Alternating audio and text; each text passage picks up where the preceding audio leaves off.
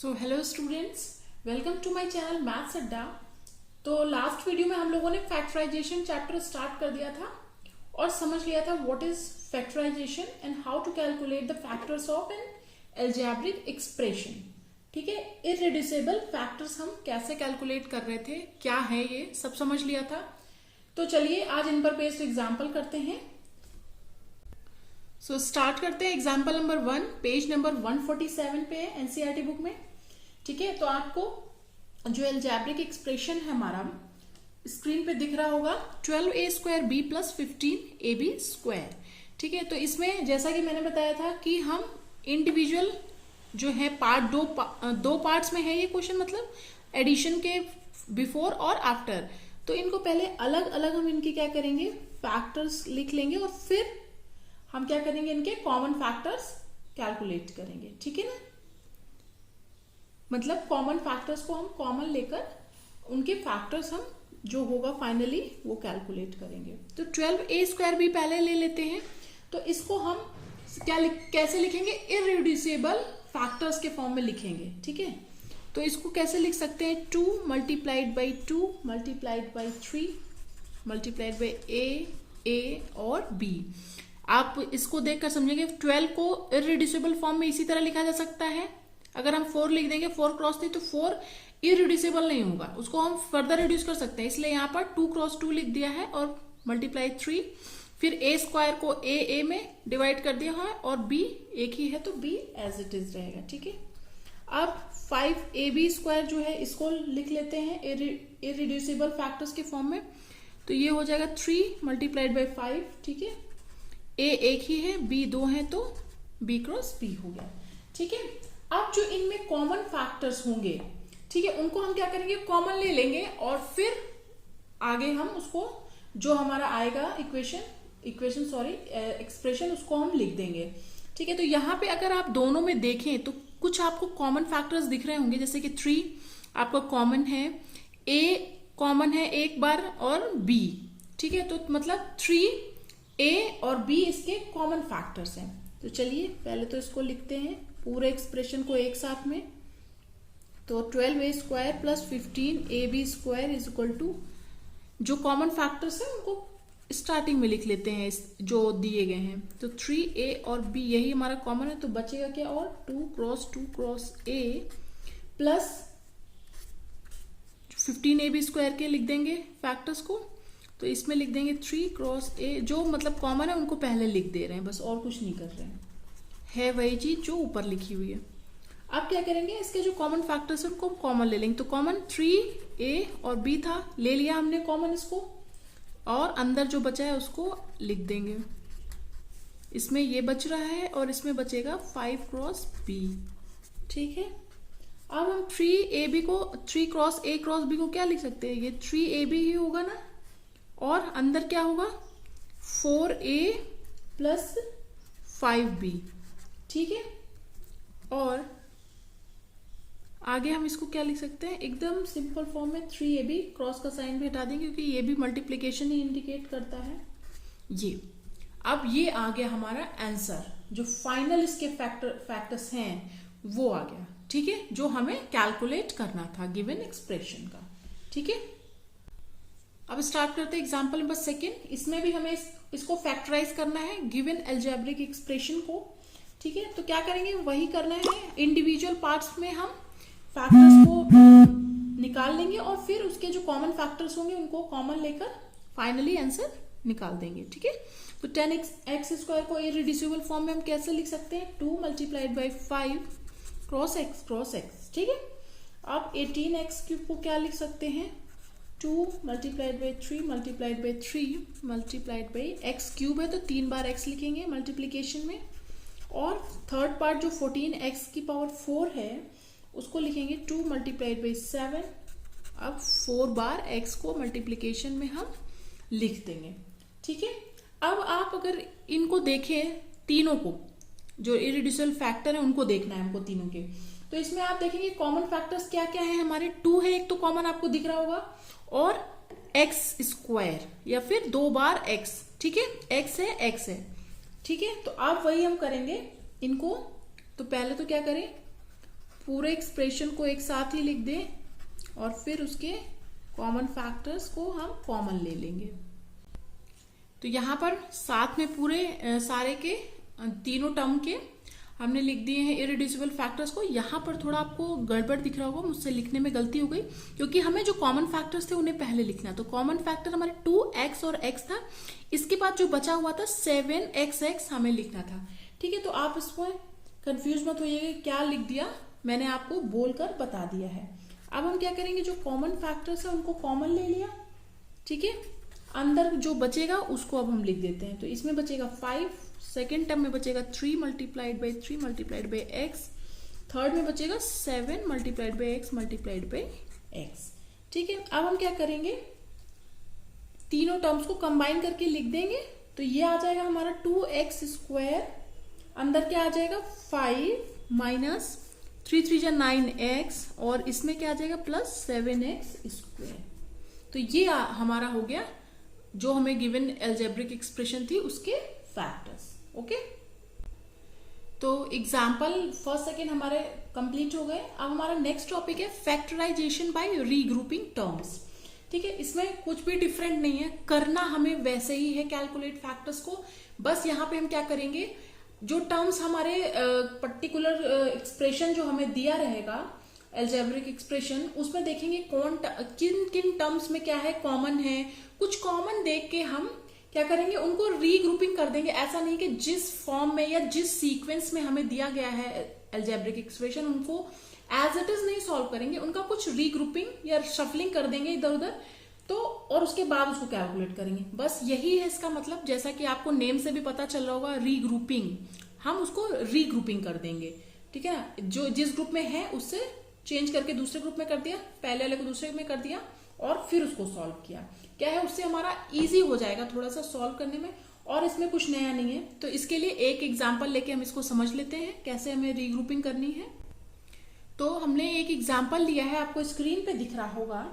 ठीक है, तो इसमें हम देखेंगे कि जब इसके सारे टर्म्स को एक बार आप पहले जो एल्जेब्रिक एक्सप्रेशन दी हो उसके सारे टर्म्स को ध्यान से देखिए। तो हम इसमें देखेंगे कि जितने भी सारे टर्म्स में कुछ कॉमन आ रहा है, तो आप देखेंगे नहीं, चारों टर्म्स में कुछ भी कॉमन नहीं है। ठीक है, बट अगर हम फर्स्ट 2 टर्म्स को देखें तो इसमें आप देख रहे होंगे 2y हमारा कॉमन है, और लास्ट 2 टर्म्स को देखें तो इसमें भी क्या है 3 कॉमन है, बट पूरी एल्जेब्रिक इक्वेशन में कुछ भी कॉमन नहीं है। तो अब हम इसको कैसे करेंगे वो देखते हैं। तो हम क्या करते हैं, फर्स्ट 2 टर्म्स को सबसे पहले ले लेते हैं। तो जो क्या है 2xy प्लस 2y है। ठीक है, इनको हम इरिड्यूसिबल फॉर्म में सबसे पहले लिखेंगे। तो 2xy को हम कैसे लिख सकते हैं, 2 इनके फैक्टर्स क्या होंगे, 2 जैसे हमने स्टार्टिंग में बताया था, मैंने आपको जब चैप्टर स्टार्ट किया था कल वीडियो में, 2x और y इसके फैक्टर हो गए, और 2y के क्या फैक्टर्स होंगे 2 और y। ठीक है, अब आपको दिख रहा होगा कि इसमें कॉमन क्या है, 2y कॉमन है। तो सबसे पहले जो कॉमन है उनको लिख देंगे। तो y को इधर ले आएंगे, x को इधर कर देंगे, और कुछ नहीं है, और इसको तो एज इट इज लिखेंगे। अब यहां से क्या हुआ हमारा, ये इसको हम लिख देंगे क्योंकि कॉमन ही है। तो 2y मल्टीप्लाइड बाई x, और ये प्लस करके इसको 2y, यहाँ पे हम मल्टीप्लाई 1 लिखेंगे। किस लिए लिखेंगे, क्योंकि ये जब हम 2y कॉमन लेंगे तो हमारा क्या होगा, अंदर x प्लस 1 आएगा। तो जैसा कि लास्ट वीडियो में मैंने आपको बताया कि 1 हर जगह एज ए फैक्टर लिखना जरूरी नहीं होता है, बट यहां पर लिखना जरूरी है। ठीक है ना, तो यहाँ पे इसलिए हमने 1 लिख दिया है। अब हमारा क्या है 2y कॉमन आ जाएगा, और यहाँ पे x बचेगा, और प्लस यहाँ पर क्या बचेगा 1, इसलिए यहाँ पर 1 लिखना जरूरी था एज ए फैक्टर। ठीक है, तो ये हो गया हमारा जो हमने फर्स्ट 2 टर्म्स ले लिए थे। अब लास्ट 2 टर्म्स ले लेते हैं, उनको भी लिख लेते हैं। तो ये हो गया 3x प्लस 3 है ना, इक्वेशन में आपको दिख रहा होगा। अब 3x के फैक्टर्स क्या होंगे, 3 मल्टीप्लाइड बाई x प्लस 3 के, यहां पर भी देखिए 1 को लिखना जरूरी है। 3 मल्टीप्लाइड बाई 1 होगा ये 3 ही मल्टीप्लाई करने पे, बट यहां पर लिखना जरूरी है इसके फैक्टर को। अब यहां पर हमारा कॉमन क्या है, 3 ही कॉमन, तो 3 कॉमन आ गया, x प्लस 1, इसमें x बचा, प्लस के बाद इसमें 1 बच गया। ठीक है, अब इसको क्या लिख सकते हैं, 3x प्लस 1। ठीक है, तो तो अब हम क्या करते हैं, पूरी अलजेब्रिक एक्सप्रेशन जिस फॉर्म में हमें दी गई थी, ठीक है, उसको लिख के जो हमने अलग अलग कॉमन फैक्टर्स उसके करके लिखे हुए हैं उनको हम यहाँ पर ऐड कर देते हैं, क्योंकि दोनों के बीच में साइन क्या था, ऐड का ही था ना। तो पहले 2xy प्लस 2y का क्या आया, 2y कॉमन में और x प्लस 1, फिर प्लस का साइन लग जाएगा और फिर 3x प्लस 3 का क्या आया, 3x प्लस 1। तो हमने लिख दिया। अब आप अगर इसको ध्यान से देखिए तो आपको दिख रहा होगा कि दोनों में क्या कॉमन फैक्टर है, x प्लस 1 दोनों में कॉमन है, ठीक है ना। तो अब हम क्या करेंगे, कंबाइन कर देंगे और क्या करेंगे, x प्लस 1 को कॉमन में ले लेंगे, ठीक है। तो जब हम इसको कॉमन ले लेंगे x प्लस 1, तो क्या हो जाएगा, x प्लस 1 हमारा कॉमन में आ गया दोनों से, और अंदर इस वाले एडिशन के पहले क्या बचा, 2y, और फिर एडिशन का साइन, और इसमें x प्लस 1 कॉमन चला गया तो क्या बचा, 3, ठीक है। तो ये क्या हो गया हमारा, ये हमें मिल गए जो अलजेब्रिक एक्सप्रेशन हमें दिया गया था उसके फैक्टर्स। क्या है इसके फैक्टर्स, x प्लस 1 और 2y प्लस 3। और ये अब हमें फैक्टर जो है किस फॉर्म में मिले, प्रोडक्ट ऑफ फैक्टर्स मिल गए हैं हमें यहाँ पे। और ये कौन से फैक्टर्स हैं, इररिड्यूसिबल फैक्टर हैं गिवन अलजेब्रिक एक्सप्रेशन के। तो एनसीईआरटी बुक में नेक्स्ट टॉपिक हमें थोड़ा सा समझाने के लिए बोला है, व्हाट इज रीग्रुपिंग। तो जो अभी हमने ये गिवन एक्सप्रेशन आपको दिख रही होगी स्क्रीन पे, अभी ही इसको हमने रीग्रुपिंग करके सॉल्व किया है। तो इसमें आपने, अगर हम इसको एज इट इज देखें, जैसा कि आपको लिखा हुआ अभी स्क्रीन पे दिख रहा है, ठीक है, तो इसमें हम देखेंगे तो क्या है, इसके फैक्टर्स जो मतलब कि कैलकुलेट करना क्या है, थोड़ा सा क्या है, इजी नहीं है। बट हम लोगों ने जैसे ग्रुपिंग कर दी थी अभी जस्ट इससे पहले, 2xy प्लस 2y को एक साथ कर दिया और 3 प्लस 3x को एक साथ कर दिया। तो क्या किया हमने, रीग्रुपिंग कर दी इस अलजेब्रिक एक्सप्रेशन की, और क्या हुआ, हमारे फैक्टर्स इजिली कॉमन फैक्टर्स लेके हमने कैलकुलेट कर लिए। तो इसी को हम क्या कहते हैं, रीग्रुपिंग कहते हैं, ठीक है। बट क्या है कि रीग्रुपिंग क्या है, हमने एक से दो वे, मतलब कि एक से ज्यादा वे में हम कर सकते हैं रीग्रुपिंग किसी भी गिवन अलजेब्रिक एक्सप्रेशन की। हो सकता है कभी कभी किसी में एक ही तरह से पॉसिबल हो, बट जो हमें अभी गिवन है और जो इसी को हमने अभी इससे पहले रीग्रुपिंग करके सॉल्व किया एक मेथड से, उसको हम अब दूसरी तरीके से सॉल्व करेंगे रीग्रुपिंग करके। तो इसीलिए क्या है, हम कह सकते हैं कि एक अलजेब्रिक एक्सप्रेशन को हम एक से ज्यादा तरीके से रीग्रुपिंग करके सॉल्व कर सकते हैं। तो चलिए, जैसे ही अलजेब्रिक एक्सप्रेशन हमें दिया गया है उसको हमने एज इट इज लिखा है, और इसके क्या करते हैं, हम इंडिविजुअल या कहिए कि इररिड्यूसिबल फैक्टर इंडिविजुअली हम लिख लेते हैं, ठीक है। तो 2xy का क्या होगा, 2xy प्लस 3 का 3 ही रहेगा, 2y का 2 और y हो जाएगा, और 3 का 3 ही रहेगा, नहीं यहाँ पे 3x है, ठीक है। सॉरी, मैं इसमें एक चीज आपको बताना भूल गई और लिखना भी भूल गई कि ये जो अलजेब्रिक एक्सप्रेशन हमें दी गई थी, हमने वहां पर प्रीवियस में क्या किया, जस्ट इससे पहले 2xy प्लस 2y को एक साथ लेके रीग्रुपिंग करी थी और 3 प्लस 3x को। यहाँ पे हम जो रीग्रुपिंग करेंगे वो ऐसे करेंगे, 2xy को एक साथ ले रहे हैं और उसके बाद हम 3x को ले लेंगे यहाँ पर, और प्लस 2y प्लस 3 को एक साथ करेंगे। ये क्या हो गई, हमारी डिफरेंट टाइप ऑफ रीग्रुपिंग हो गई एज कंपैरिजन टू प्रीवियस, ठीक है। और अब हम क्या कर रहे हैं, यहाँ पे इसके इररिड्यूसिबल फैक्टर्स लिख ले रहे हैं। तो ये आपको दिख रहा होगा कि मैंने लिख दिए हैं। अब हम देखेंगे यहाँ पर कि जो फर्स्ट टू टर्म्स है इसमें क्या कॉमन आ रहा है, x कॉमन आ रहा है, और फिर जब कॉमन ले लेंगे तो यहाँ पर क्या बचेगा, 2y, और यहाँ पर बचेगा 3। अब नेक्स्ट वाले में क्या है, कुछ भी कॉमन नहीं है, ठीक है। तो हम यहाँ पर क्या ले सकते हैं, कॉमन 1 कॉमन ले सकते हैं, इसको हम लिख लेते हैं। यही होता है कि अब देखिए यहाँ पर 1 लिखना हमारे लिए एज ए फैक्टर बहुत जरूरी है। और अंदर क्या बचेगा, जब हम इनमें से 1 कॉमन ले लेंगे तो 2y और प्लस 3, ठीक है। अब क्या करेंगे, अब आप देख रहे होंगे स्क्रीन पे कि आपको दिख रहा है दोनों में क्या कॉमन है, 2y प्लस 3, 2y प्लस 3 दोनों में कॉमन आ रहा है। तो क्या करेंगे, अब हम इसको 2y प्लस 3 को कॉमन ले लेंगे, और फिर पहले टर्म में क्या बचेगा, x प्लस के बाद इसमें बचेगा 1। तो ये आ गए हमारे फैक्टर्स, ठीक है। तो आपने देखा कि यहाँ पे हम लोगों ने डिफरेंट तरीके से रीग्रुपिंग करी, बट क्या हुआ, हमारा आंसर, आप मैच करिएगा दोनों को, दोनों के आंसर हमारे सेम आए। तो इसका कंक्लूजन क्या निकलता है कि हम एक ही अलजेब्रिक एक्सप्रेशन को डिफरेंट तरीके से रीग्रुप करके हम उसके फैक्टर्स कैलकुलेट कर सकते हैं। तो इस पर बेस्ड एक एग्जाम्पल एनसीईआरटी बुक में दिया गया है, उसको सॉल्व कर लेते हैं। पेज नंबर 148 पे एग्जाम्पल नंबर 3। तो इसमें जो अलजेब्रिक एक्सप्रेशन हमें दिया गया है आपको स्क्रीन पे दिख रहा होगा। तो सबसे पहले हम क्या करेंगे इसमें कि देखेंगे कि सब जितने भी टर्म्स हैं टोटल टर्म्स में कुछ कॉमन है। तो यहां पर क्या है आप देखेंगे कुछ भी कॉमन नहीं है चारों में। तो अब हम देखेंगे कि क्या किन्हीं दो दो टर्म्स में कुछ कॉमन है। तो ये हमारा सेकंड स्टेप होगा। तो पहले तो हमें चेक करना है कि सब में कुछ कॉमन है, नहीं है तो हम नेक्स्ट स्टेप क्या करेंगे, अगर किसी दो दो टर्म में कॉमन है तो ये देखेंगे कि 6y माइनस 4y में हमारा क्या कॉमन है, 2y कॉमन आ रहा है। ठीक है, और फिर क्या देखेंगे लास्ट में कुछ कॉमन है तो यस यहां से भी हमारा कॉमन आएगा, क्या कॉमन आएगा, 3 कॉमन आ जाएगा। तो चलिए इसको लिख लेते हैं। इन दोनों में क्या है हमारा कॉमन आ रहा है, 2y कॉमन आ रहा है।